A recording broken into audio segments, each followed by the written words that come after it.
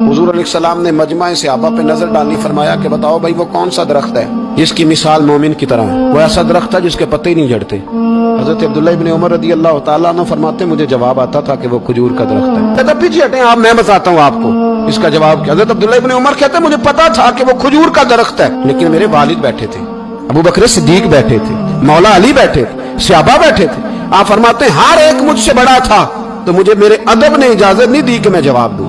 अल्लाह करे मेरी इस बात आपकी समझ में आए। सवाल का जवाब मुझे आता था, लेकिन अदब का तकाजा था कि मैं बड़ों की मौजूदगी में जवाब न दूं। हुजूर ने दोबारा पूछा, सहाबा खामोश रहे, तो फरमाया मैं बताऊं? या रसूलल्लाह बताइए। तो महबूब फरमाने लगे वो खजूर का दरख्त है। नबी करीम ने हज़रत अब्दुल्लाह इब्न उमर की तरफ मोड़ के देखा, फरमाया मेरे गुलामों वो दरख्त है खजूर का।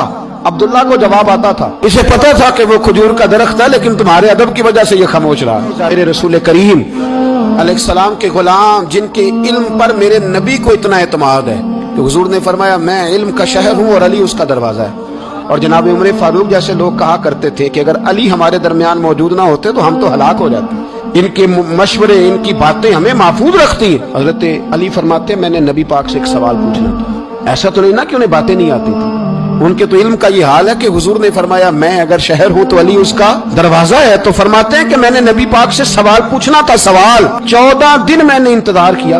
हर रोज मैं मस्जिद में जाता, घंटों बैठता, पर 14 दिन इंतजार किया। क्यों? फरमाते मेरे दिल में ख्याल आता था कि कोई और आए, वो वाला मसला पूछ ले तो मेरे वाली बात भी हल हो जाए, मुझे हुजूर से पूछना ना पड़े, कोई और पूछ ले ताकि मुझे ना पूछना पड़े। फरमाते हैं 14वें दिन एक बद्दू आया, उसने आके नबी करीम अलैहिस्सलाम से सवाल वो पूछा जो मेरे दिल में था।